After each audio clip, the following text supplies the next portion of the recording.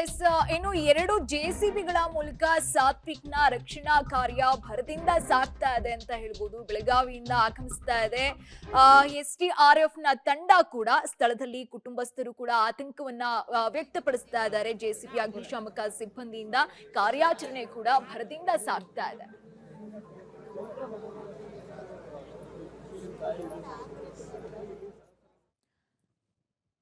S details ಕೊಡ್ತಾ ಹೋಗ್ತಾ ಇದ್ರು ನಮ್ಮ ಪ್ರತಿನಿಧಿ ಪುರುಷೋತ್ತಮ್. SDRF ತಂಡ ಬರ್ತಾ ಇದೆ ಅಂತ ಹೇಳಲಾಗ್ತಾ ಇದೆ. ಇನ್ನ ಎಷ್ಟೊತ್ತು ಆಗಬಹುದು ಅಂತ? ಸದ್ಯಕ್ಕಿರೋ ಮಾಹಿತಿ ಪ್ರಕಾರ ಏನು ಅಂತಂದ್ರೆ ಚಂದ್ರ SDRF ಟೀಮ್ ಇದೆ ಅದು ಕೇವಲ ಇನ್ನು 2 ಗಂಟೆ ಅಥವಾ 2.5 ಗಂಟೆಯಲ್ಲಿ ರೀಚ್ ಆಗ್ತಾನೆ ಕೂಡ ಮಾಹಿತಿ ಇದೆ. ಯಾಕಂದ್ರೆ ಬೆಳಗಾವಿಯಿಂದ ಏನು SDRF ಟೀಮ್ ಕೂಡ ಬರ್ತಾ ಇದೆ. ಅದ್ರ ಜೊತೆಗೆ ಏನಂತಂದ್ರೆ ಪ್ರಮುಖವಾಗಿ ಏನು ಒಂದು ಸಿಬ್ಬಂದಿ ಇದ್ದಾರೆ ಇಲ್ಲಿ ಕೂಡ ಏನಂತಂದ್ರೆ ಅಷ್ಟರೊಳಗಡೆ ಅಂದ್ರೆ ಇದೇ ರೀತಿ ಕಾರ್ಯಾಚರಣೆ ಏನಾದರೂ ಮುಂದೆ ಅತಿ ವೇಗವಾಗಿ ಅಂದ್ರೆ ಇನ್ನು 4 ಗಂಟೆಯಲ್ಲಿ ಏನು ಅಂತಂದ್ರೆ ಸಂಪೂರ್ಣದ ಕಾರ್ಯಾಚರಣೆ ಮುಗಿಯುವಂತ ಸಾಧ್ಯತೆ ಇದೆ. ಆದ್ರೆ ಏನು ಕಲ್ಲು ಬಂಡೆಗಳಿದಾವೆ ಅದೇ ಒಂದು ಅಡಚಣೆಗೆ ವ್ಯಕ್ತಪಡಿಸ್ತಾ ಇದೆ ಅಂತ ಹೇಳ್ಬೋದು. ನೀವು ದೃಶ್ಯಗಳು ಕೂಡ ನಿಮ್ಗೆ ತೋರಿಸ್ತಾ ಹೋಗ್ತಾ ಇದೆ ನೀವು ಯಾವ ರೀತಿ ಒಂದು ಕಾರ್ಯಾಚರಣೆ ನಡೀತಾ ಇದೆ ಅಂತ ಹೇಳಿ. ಇನ್ನು ಆಕ್ಸಿಜನ್ ಕೂಡ ನೀವು ನೋಡ್ತಿರ್ಬೋದು, ಆಕ್ಸಿಜನ್ ಕೂಡ ಇಟ್ಕೊಂಡಿವಿ. ಏನಂದ್ರೆ ಆರೋಗ್ಯ ಇಲಾಖೆ ಸಿಬ್ಬಂದಿ ಕೂಡ ಕಾರ್ಯಾಚರಣೆ ಮಾಡ್ತಾರೆ. ಜೊತೆಗೆ ಏನು ಅಂತಂದ್ರೆ ಕ್ಯಾಮ್ರಾ ಕೂಡ ಬಿಡಲಾಗಿದೆ. ಕ್ಯಾಮ್ರಾ ಮುಖಾಂತರ ಆ ಮಗುವಿನ ಒಂದು ಚಲನೆ ಕೂಡ ಪರೀಕ್ಷೆ ಮಾಡಲಾಗ್ತಾ ಇದೆ. ಈ ನಿಟ್ಟಿನಲ್ಲಿ ಏನಂತಂದ್ರೆ ಸಂಪೂರ್ಣವಾಗಿ ಯಾವ ರೀತಿ ಮಗುವಿನ ಒಂದು ರಕ್ಷಣೆ ಮಾಡಬೇಕು ಅನ್ನೋ ನಿಟ್ಟಿನಲ್ಲಿ ಈಗ ಒಂದು ಕಾರ್ಯಾಚರಣೆ ನಡೆದಿದೆ. ಇನ್ನು NDRF ಟೀಮ್ ಕೂಡ ಬರ್ತಿದೆ. ಆ ಬರೋ ಅಷ್ಟರಲ್ಲಿ ಏನು ಅಂತಂದ್ರೆ ಸಂಪೂರ್ಣದ ಕಾರ್ಯಾಚರಣೆ ಒಂದು ಹಂತದಲ್ಲಿ ಬಂದಿದ್ರೆ ಅವರು ಕೂಡ ಒಂದು ಅತಿ ವೇಗವಾಗಿ ಮಗುವನ್ನ ಹೊರಗೆ ತೆಗಿಲಿಕ್ಕೆ ಅವರು ಕೂಡ ಹೆಲ್ಪ್ ಆಗುತ್ತೆ. ಆ ನಿಟ್ಟಿನಲ್ಲಿ ಏನು ಅಂತಂದ್ರೆ ಈಗ ಕಾರ್ಯಾಚರಣೆ ವೇಗವಾಗಿನೇ ಸಾಗಿದೆ ಅಂತ ಹೇಳ್ಬೋದು. ಒಂದೇ ಒಂದು ಕಾರಣ ಏನು ಅಂತಂದ್ರೆ ಈ ಕಲ್ಲು ಬಂಡೆಗಳೇನಿದಾವೆ ಇದು ತುಂಬಾನೇ ಡಿಸ್ಟರ್ಬ್ ಮಾಡ್ತಾ ಇದೆ. ಯಾಕಂತಂದ್ರೆ ಅಲ್ಲಿ ಒಂದು ಅಡಚಣೆ ಆಗ್ತಾ ಇದೆ. ಕಲ್ಲು ಬಂಡೆಗಳನ್ನ ಒಡ್ಕೊಳ್ಳುವಂತ ಪರಿಸ್ಥಿತಿ ಇದೆ. ಒಡ್ಕೊಂಡ ನಂತರ ಅಲ್ಲಿ ಒಂದು ಏನು ಅಂದ್ರೆ ವೇಗವಾಗಿ ಹೋಗ್ತಾ ಇದ್ದಂತ ಕಾರ್ಯಾಚರಣೆ ಕಡಿಮೆ ಆಗ್ತಾ ಇದೆ ಅಂತ ಹೇಳ್ಬೋದು. ಇನ್ನು ಆಕ್ಸಿಜನ್ ಕೂಡ ನೋಡ್ತಿರ್ಬೋದು. ಈಗ ಆಲ್ರೆಡಿ ಏನು ಅಂತಂದ್ರೆ 4 ರಿಂದ 5 ಆಕ್ಸಿಜನ್ಗಳು ಈಗ ಆಲ್ರೆಡಿ ಏನು ಅಂತಂದ್ರೆ ಖಾಲಿಯಾಗಿದ್ದಾವೆ. ಆಕ್ಸಿಜನ್ ವ್ಯವಸ್ಥೆ ಕೂಡ ಮಾಡಲಾಗಿದೆ. ಆಕ್ಸಿಜನ್ ಕೂಡ ತಂದಿಟ್ಟಿದ್ದಾರೆ. ಈ ರೀತಿ ಏನಂದ್ರೆ ಆರೋಗ್ಯ ಇಲಾಖೆ ಸಂಪೂರ್ಣ ಜಿಲ್ಲಾಡಳಿತ ಇಲ್ಲಿ ಏನು ಠಿಕಾಣಿ ಊರಿ ಎಲ್ಲರೂ ಕೂಡ ಏನು ಅಂತಂದ್ರೆ ಆಕ್ಸಿಜನ್ ಒದಗಿಸ್ಲಿಕ್ಕೆ ಜೊತೆಗೆ ಏನು ಅಂತಂದ್ರೆ ಆ ಮಗುವಿನ ಒಂದು ಚಲನವನ್ನು ಕೂಡ ತಪಾಸಣೆ ಕೂಡ ಏನು ಅಂತಂದ್ರೆ ಕಾರ್ಯಾಚರಣೆ ಮುಂದುವರೆದಿದೆ ಅಂತ ಹೇಳ್ಬೋದು.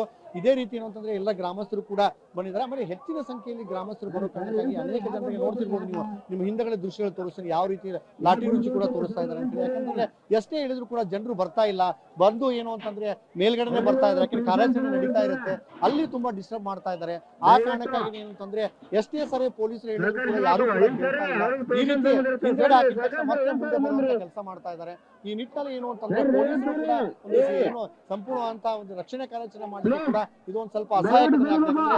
ಈ ರೀತಿ ಜನರು ಮುಂದೆ ಮೇಲೆ ಬರ್ತಾ ಇದ್ದಾರೆ. ಯಾಕಂದ್ರೆ ಭೂಮಿ ಕೂಡ ಕುಸಿಯುವಂತ ಸಾಧ್ಯತೆ ಇರುತ್ತೆ. ಆ ನಿಟ್ಟಿನಲ್ಲಿ ಏನು ಅಂತಂದ್ರೆ ಹಲವು ಬಾರಿ ಪೊಲೀಸರು ಹೇಳಿದ್ರು ಕೂಡ ಕೇಳ್ತಾ ಇಲ್ಲ. ಅದಕ್ಕೆ ಏನು ಅಂತಂದ್ರೆ ಈ ರೀತಿ ಪೊಲೀಸರು ಕೂಡ ಏನು ಜನರನ್ನು ಚದುರಿಸಲಿಕ್ಕೆ ಪ್ರಯತ್ನ ಮಾಡ್ತಾ ಇದ್ದಾರೆ ಅಂತ ಹೇಳ್ಬೋದು.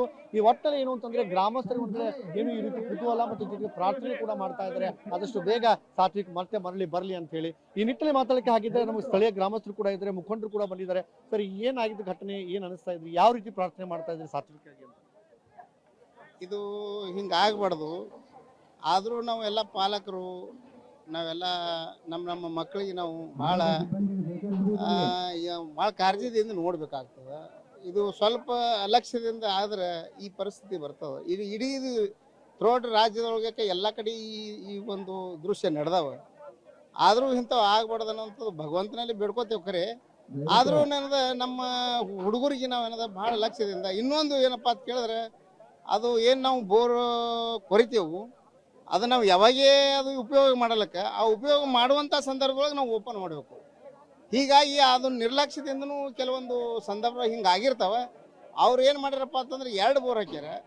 ಆ ಬೋರ್ ಚಾಲು ಮಾಡಿ ಇದಕ್ಕೆ ಹಾಕಬೇಕಂತೇಳಿ ಸ್ವಲ್ಪ ಅವರು ನೆಗ್ಲೆಕ್ಟ್ ಮಾಡ್ಯಾರ. ಅಂಥ ಸಂದರ್ಭದೊಳಗೆ ಏನೋ ಹುಡುಗರು ಅಚಾನಕ್ ಆಡ್ಕೋತ ಬಂದು ಈ ಒಂದು ದುರ್ಘಟನೆ ಆಗ್ಯದ. ಆದರೂ ನಾನು ಎಲ್ಲರಲ್ಲಿ ವಿನಂತಿ ಮಾಡ್ಕೋತೀನಿ, ಇದು ಏನೇ ಮಾಡಿರಿ ನೀವು ಯಾವಾಗೇ ಓಪನ್ ಮಾಡುವಂಥ ಸಂದರ್ಭದೊಳಗೆ ನೀವು ಅದು ಓಪನ್ ಮಾಡಿ ನೀವು ಮಾಡಬೇಕು ಅನ್ನೋವಂಥದ್ದು ಇಡೀ ಏನು ರೈತರಲ್ಲಿ ಅಲ್ಲಿ ಯಾವುದೇ ಒಂದು ಸಾರ್ವಜನಿಕರಲ್ಲಿ ನಾನು ಕೈ ಮುಗಿದು ನಾನು ವಿನಂತಿ ಮಾಡ್ಕೋತೀನಿ.